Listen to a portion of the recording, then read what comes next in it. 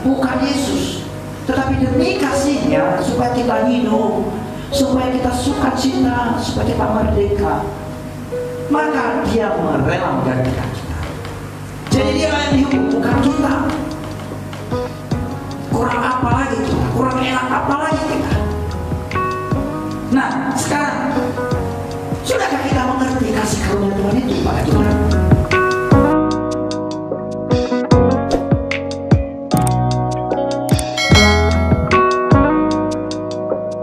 Tuhan, malam hari ini kami mau mendengarkan firman. Mari berkati kami, berbicara kepada kami, layakkan kami Tuhan untuk menerima anugerah, mendengarkan suara. Ampuni segala dosa dan kesalahan kami, ampuni segala pelanggaran kami. Kiranya kuasa darah-Mu menyucikan, menguduskan kami, sehingga kami layak Tuhan untuk menerima firman. Kami buka hati dan pikiran kami, kami siapkan diri kami untuk menerima Engkau. Berkati kami Tuhan, urapi hamba, sucikan, kuduskan dengan kuasa firman, dengan kuasa darah, urapi dengan kuasa Roh Kudus. Berbicara kepada kami Tuhan lewat hamba-Mu untuk mendengarkan firman, untuk menyampaikan isi hati-Mu kepada kami. Terima kasih Tuhan, terpujilah Tuhan, dimuliakan Kau selama-lamanya. Hanya di dalam nama Tuhan Yesus kami telah berdoa dan bersyukur surga. Yang saya mendengarkan firman Tuhan, sama-sama kita katakan amin. Ya, selamat dulu. Ya, salam. Salam. Ya, berikan dulu tepuk tangan yang meriah untuk Tuhan kita. Belum semua, berikan tepuk tangan yang meriah untuk Tuhan kita. Haleluya. Iya. Bilang, saya diberkati Tuhan. Belum, saya diberkati Tuhan. Saya diurapi Tuhan. Amin. Iya, malam hari ini kita harus diberkati Tuhan. Kita harus diurapi oleh Tuhan. Kenapa? Karena dengan itulah kita datang malam hari. Supaya apa? Supaya kita dikuatkan, dihibur oleh firman-Nya. Ya. Kita buka dalam firman Tuhan di dalam kitab kita dari Kisah Para Rasul 1 ayat 8. 1, 2, 3 ya. Tetapi kamu akan menerima kuasa kalau Roh Kudus turun ke atas kamu, dan kamu akan jadi saksi di Yerusalem dan di seluruh Yudea dan Samaria dan sampai ke ujung bumi. Ya, tema kita malam hari ini adalah menerima kuasa. Ya, ada 2 item dalam pembacaan kita malam hari ini, atau 3 item. Pertama, menerima kuasa, dan yang kedua, kalau Roh Kudus turun atas kita, dan yang ketiga, kita akan menjadi saksi. Ya, pertama dia terangkan bahwa kita harus menerima kuasa, yaitu kuasa yang dari Roh Kudus. Yang kedua, supaya apa kita menerima kuasa? Ketika Roh Kudus turun atas kita. Nah, setelah Roh Kudus turun atas kita, kita menerima kuasa, maka kita akan menjadi saksi. Nah, pertanyaannya, sudahkah kita yakin pada hari ini Roh Kudus itu turun atas kita? Sudahkah kita tahu bagaimana caranya menerima kuasa, dan kuasa apa yang kita terima sehingga kita menjadi saksi? Sudah berapa lama kita menjadi orang Kristen?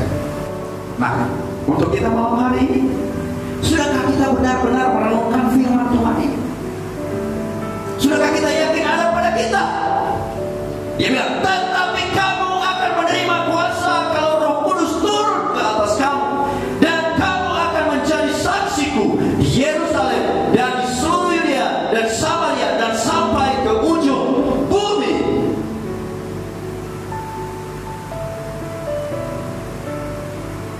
Ada yang banyak bertanya sama saya, apa yang harus saya lakukan sebagai orang Kristen? Di mana saya menjadi saksi? Di sini dituliskan, terutama di Yerusalem. Ya, terutama di Yerusalem. Yerusalem kita di mana? Untuk gereja ini, di gereja ini kita, ini Yerusalem kita. Di mana lagi? Di keluarga kita, kita menjadi saksi. Dari situlah kita melatih diri kita sehingga baru kita keluar. Nah, yang perlu kita bahas dulu malam ini, pertama, menerima kuasa. Ya, Menerima kuasa. Kuasa apa yang kita terima? Yang Tuhan janjikan pada firman-Nya malam hari. Kuasa apa? Kuasa membunuhkah? Kuasa melenyapkankah? Atau kuasa apa?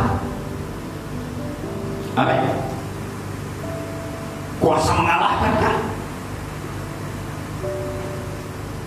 Kuasa apa? Nah, kita bahas kuasa yang kita terima malam hari ini. Yang firman Tuhan maksud adalah yang pertama, yaitu kuasa untuk menjadi anak-anak Allah. Yang pertama di sini dia berikan kita kuasa kalau Roh Kudus turun atas kita, yaitu menjadi anak-anak Allah. Ya, menjadi anak-anak Allah. Mari kita buka di dalam Yohanes 1 ayat 12. Sudah dapat amin? Ya, kita baca semua 1, 2, 3 ya dengan suara keras. Tetapi semua orang yang menerimanya diberinya kuasa supaya menjadi anak-anak Allah, yaitu mereka yang percaya dalam namanya. Sekali lagi saya baca. Tetapi semua orang yang menerimanya diberinya kuasa supaya menjadi anak-anak Allah. Ya, pertama kuasa yang kita terima malam hari ini adalah menjadi anak-anak Allah. Ya, nah syarat untuk menjadi anak Allah apa katanya?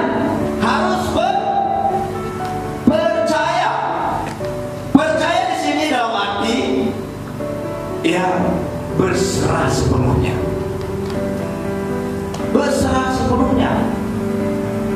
Ya, Rasul Paulus bilang, bukan lagi aku yang hidup, melainkan siapa yang hidup? Melainkan Kristus. Itulah yang hidup di dalam aku. Artinya sepenuhnya Kristuslah yang memimpin hidup ini.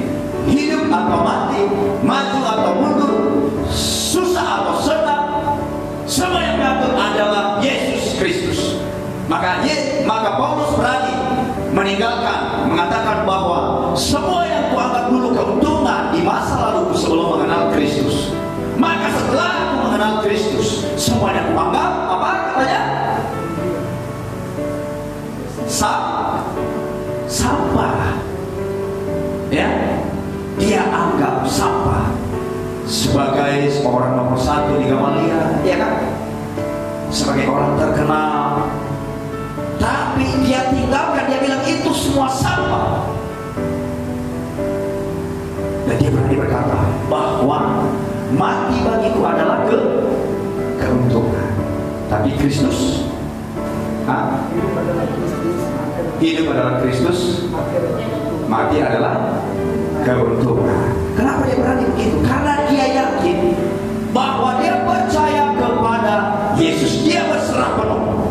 Kenapa? Ada kuasa di dalam Yesus. Ada keyakinan, ada keteguhan. Semua kekhawatiran, semua ketakutan, semua dikalahkan dan diberikan kuasa kepadanya. Kuasa apa?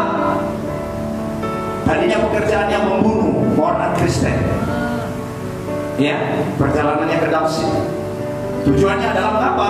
Minta surat izin untuk membunuh orang-orang yang mengikut Kristus. Nah, kan hatinya kepanasan, membunuh. Tetapi setelah mengenal Kristus, kuasa apa diberikan kepadanya? Kuasa menjadi anak-anak Allah, yaitu hati yang apa? Hati yang apa? Hati yang mengasihi, hati yang mengampuni. Itu sifat dan ciri karakter anak Tuhan, mengasihi dan mengampuni. Maka Tuhan berikan kita kuasa mengasihi dan mengampuni, yaitu kuasa menjadi anak-anak Allah. Sehingga dia berkata di sini, di sini, tetapi semua orang yang menerimanya diberinya kuasa supaya menjadi anak-anak Allah, yaitu mereka yang percaya dalam namanya. Dalam nama siapa? Yaitu dalam nama Tuhan Yesus Kristus. Haleluya. Ya, apakah kita semua pada malam hari sungguh-sungguh sudah yakin kita sudah menerima kuasa, sungguh-sungguh menjadi anak Allah? Amin.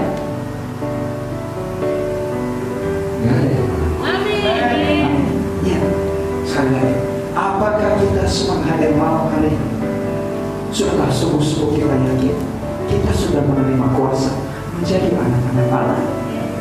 Amin. Amin ya. Buktinya apa? Tadi Rasul Paulus dia punya apa? Kuasa untuk mengapain? Untuk mengampuni dan mengasihi. Koreksi hati. Adakah kamu dendam malam hari ini? Adakah kepahitan? Kalau masih ada dendam, ada kepahitan, maka segera bertobatlah. Amin. Bertobat ya. Nah, karena kita akan menjadi anak-anak Allah. Kalau kita masih kepahitan, masih ada dendam, maka kuasa Roh Kudus tidak akan pernah turun atas kita. Kita bukan anak-anak Allah. Jadi barang siapa yang sudah percaya dan menerima Kristus, dia akan menerima kuasa, yaitu menjadi anak-anak Allah. Ya. Yang kedua, kuasa apa yang kita terima malam hari ini? Sebelum itu kita baca dulu Galatia 5 ayat 19. Ayat 22 aja langsung. Ayo kita baca. 1, 2, 3 ya. Tetapi buah roh ialah pertama kasih, sukacita, damai sejahtera, kesabaran, kemurahan, kebaikan, kesetiaan, kelemah lembut, terus. Ayo. Ya, ada 9. Pertama kasih, yang kedua, yang terakhir, yang ke-9 apa? Penguasaan diri. Jadi yang harus kita buang dalam diri kita sebagai anak Tuhan, ayat 19 sampai 21. Ayo tampilkan. Ya, 1, 2, 3 ya.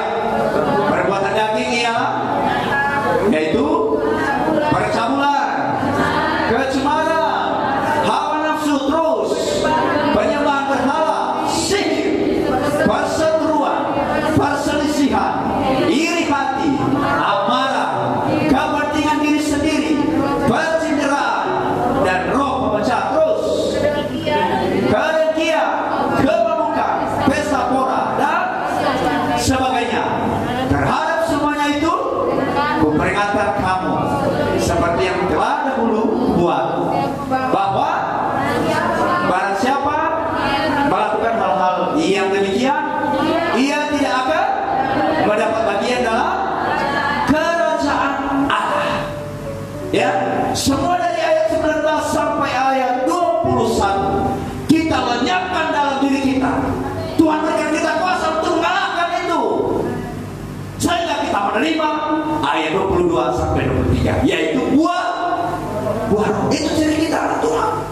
Malam hari ini kita harus yakin, dan itulah yang harus hidup dalam diri kita. Ayat 22 sampai ayat 23, dan diteruskan ayat 24 dan 26 sampai 26. Ya, barang siapa menjadi milik Kristus, ia telah menyalibkan perbuatan dagingnya dan segala hawa nafsu. Dan apa yang dihidupkannya adalah buah-buah roh, dari ayat 22 sampai 23. Nah teman-teman, periksa, koreksi hati kita malam hari ini. Mana yang dominan besar? Ayat 19 sampai 21 kan? Atau ayat 22 sampai 23? Ya, kalian yang tahu apa isi hati kalian. Ya, nah itulah kuasa dan karakter yang kita terima ketika kita menerima Roh Kudus, ketika Roh Kudus turun atas kita. Dan yang kedua, kuasa apa yang kita peroleh ketika kita menjadi anak Tuhan, ketika Roh Kudus turun atas kita. Yang kedua adalah beroleh hidup yang kekal. Ya, beroleh hidup yang kekal. Ada jaminan. Ya, karena hanya anaklah yang berhak menerima ahli waris. Ya, hanya anak.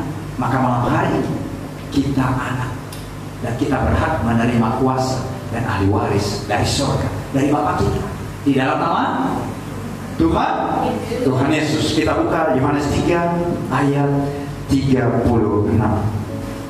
Ayo kita baca bersama, 1, 2, 3 ya. Barang siapa percaya kepada anak, ia beroleh hidup yang kekal. Tetapi barang siapa tidak taat kepada anak, ia tidak akan melihat hidup, melainkan murka Allah tetap ada di atasnya. Sekali lagi, ingat ya baik-baik, saya baca. Barang siapa percaya kepada anak, anak itu siapa? Yesus Kristus. Ia beroleh hidup yang kekal. Tetapi barang siapa tidak taat kepada anak, ingat, barang siapa tidak taat kepada anak, maka ia tidak akan melihat hidup, melainkan murka Allah tetap ada di atasnya. Ya, mukanya muram, matanya gelap, tensinya selalu naik, ngegas terus. Ya, kenapa? Tidak ada buah roh. Kenapa? Murka Allah selalu ada atasnya. Tidak bebas, tidak merdeka, tidak bahagia, tidak sukacita, kemarahan terus yang ada. Kenapa? Karena tidak ada kuasa, penguasaan diri, tidak ada buah roh, tidak ada sukacita, tidak ada damai sejahtera, tidak ada kelemahan, utara, tidak ada kebaikan. Kenapa? Karena murka Allah selalu ada atasnya. Dia tidak percaya. Tetapi bagi kita anak Tuhan ada sukacita. Kita melihat hidup, kita bahagia. Maka kita mudah mengampuni, mudah mengasihi, mudah menolong, mudah melayani. Ya. Kenapa? Karena kita mengerti kita punya hidup. Hati kita tidak gelap, jiwa kita tidak beranak, karena ada Roh Kudus yang turun ke atas kita, yang menghibur hati kita, ya, yang menghibur hati kita.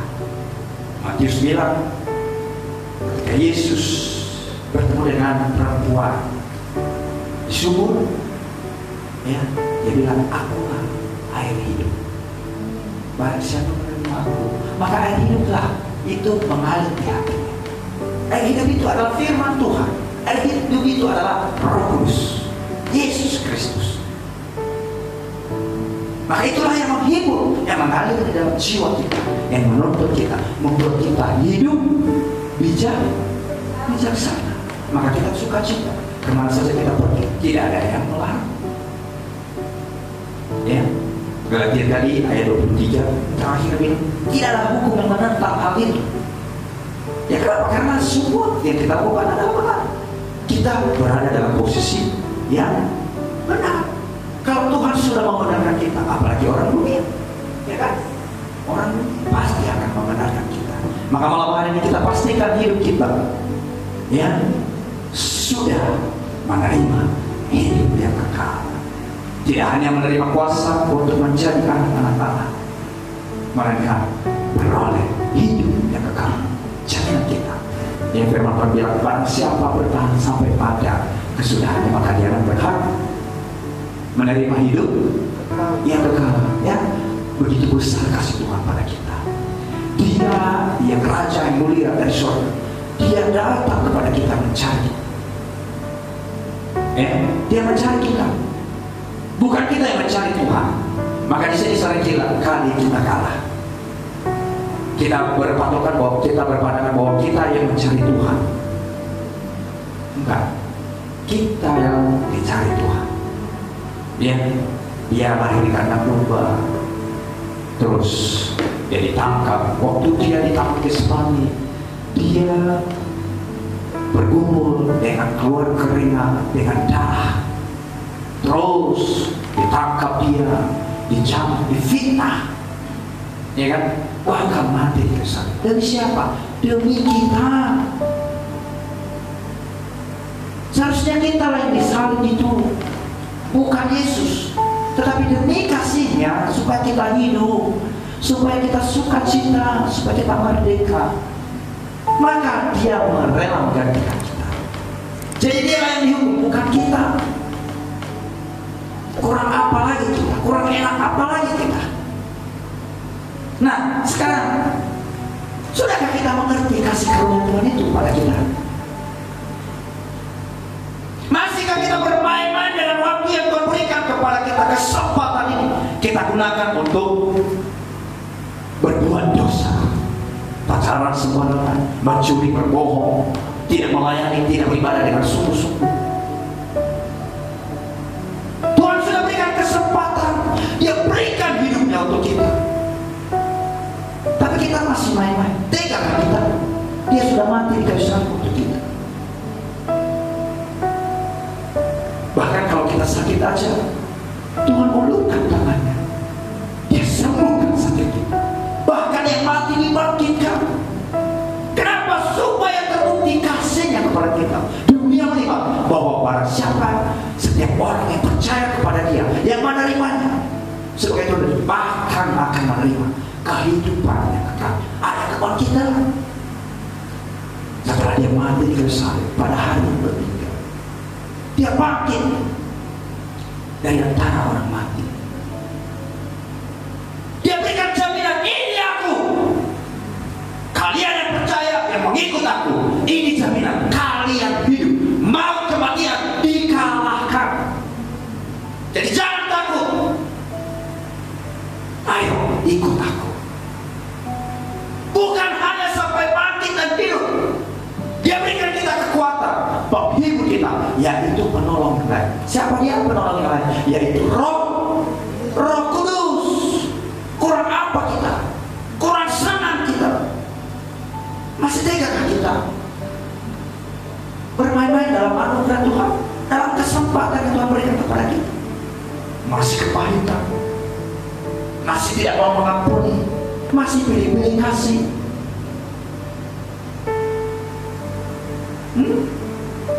Ayo kita bersyukur kepada Tuhan. Kita renungkan hati kita. Sudahkah kita layak di hadapan Tuhan, layak menjadi anak-anak Allah, layak menerima hidup yang kekal?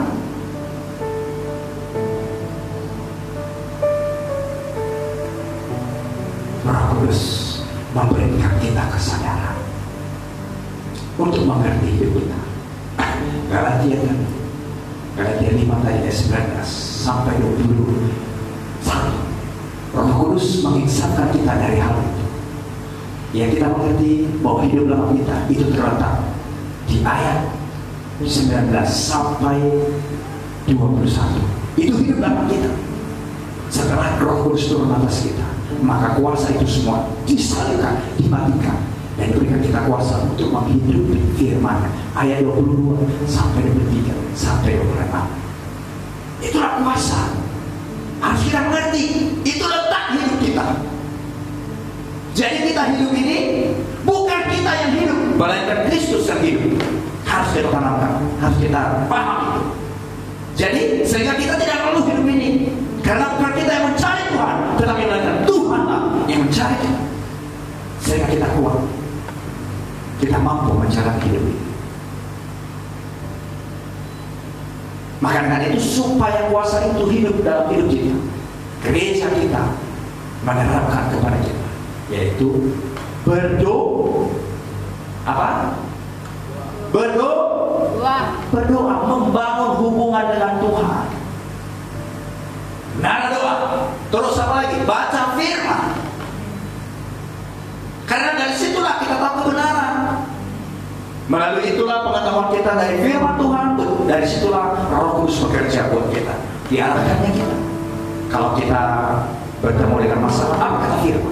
Roh Kudus bekerja. Firman Tuhan berkata demikian. Jangan kau balas dendam, jangan balas kejahatan dengan kejahatan, tetapi balaslah kejahatan dengan kebaikan. Kalau ditampar pipi kanan, kasih pipi kiri. Itu katanya. Ini harus sungguh-sungguh. Tidak boleh hanya sekedar di sini, tetapi harus bertanam di sini dan menjadi gaya hidup kita.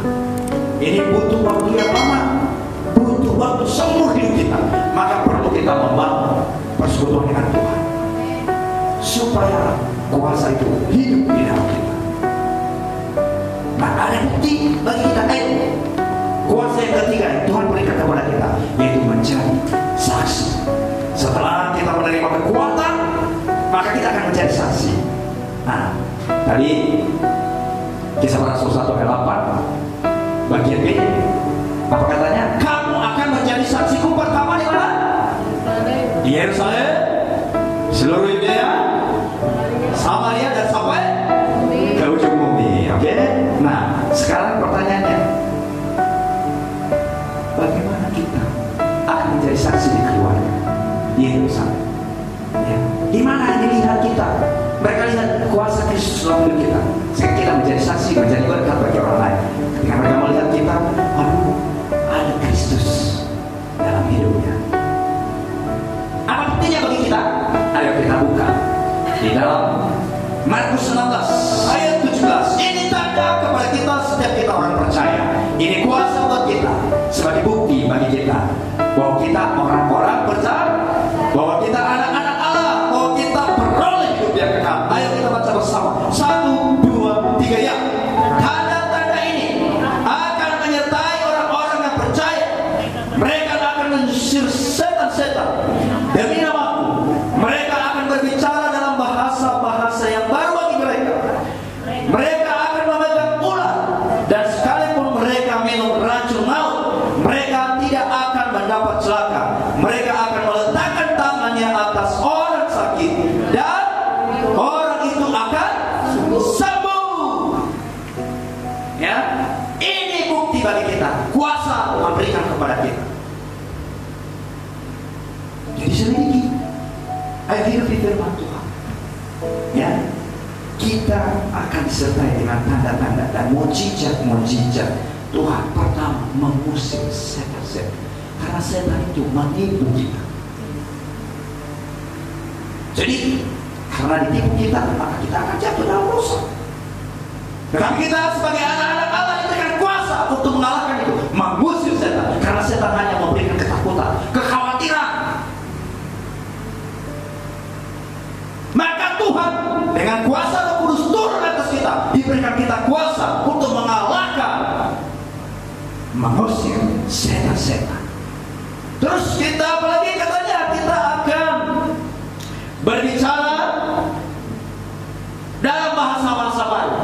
Ya, dalam hubungan keluarga kita, sahabat, pertemanan kita, pelayanan kita, pasti ada bahasa-bahasa baru. Kenapa? Karena ada kesaksian. Yang tadinya suka cakap kotor, sekarang tidak suka cakap kotor lagi. Yang tadinya suka gosip, sekarang tidak gosip lagi. Melainkan apa? Bersaksi tentang Kristus, bersaksi tentang kebaikan Tuhan. Jadi bahasa-bahasa baru. Ya, bukan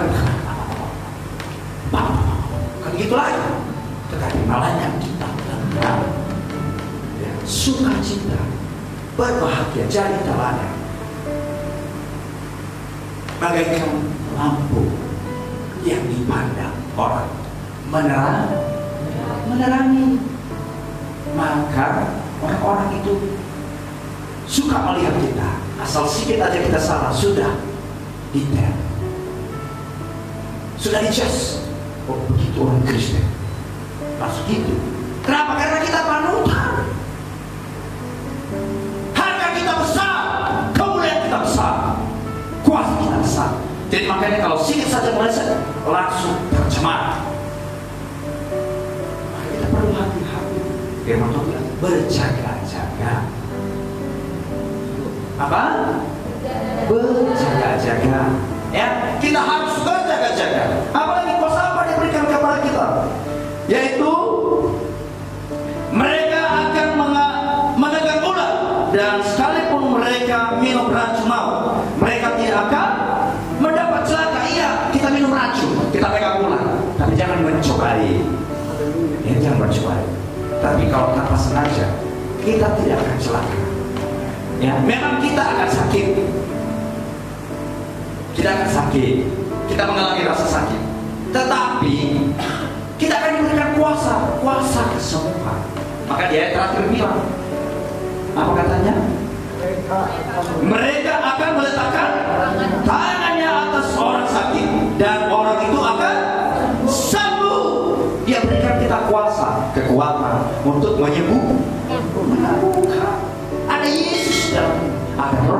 firman Tuhan, ya, untuk memberikan kita kuasa.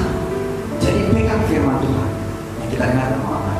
Ini adalah modal kita sebagai anak-anak Tuhan. Banyak sekali saudara kita yang tidak mengerti hal ini. Banyak sekali. Banyak. Maka bersyukur kita yang hadir malam hari ini punya kuasa, punya kudus, punya jaminan. Jadi teman-teman, jangan takut. Peganglah iman, hidup dengan firman Tuhan, punya keyakinan dan keberanian untuk menjadi saksi. Ya, jadi saksi ini banyak. Tutur kata kita yang berubah, sikap dan karakter kita yang berubah menjadi baik, menjadi sikap dan karakter Kristus. Pelaku firman. Ya, dari yang malas menjadi rajin. Amin. Dari yang suka panas-panas jadi rendah hati, jadi lemah lembut. Amin. Jadi dari orang yang liar menjadi orang yang menguasai diri. Itu ciri khas kita sebagai orang percaya. Jadi teman-teman, hari ini yang sudah mendengarkan firman Tuhan, hendaklah kita menjadi anak-anak Allah, hendaklah kita memperoleh hidup yang kekal, dan kita menjadi saksi di mana kita berada. Haleluya. Apakah kita diberkati firman Tuhan malam hari ini? Amin. Berikan tepuk tangan yang sampai kita berdiri semuanya. Kita akan menyembah Tuhan, kita akan bersyukur kepada Tuhan.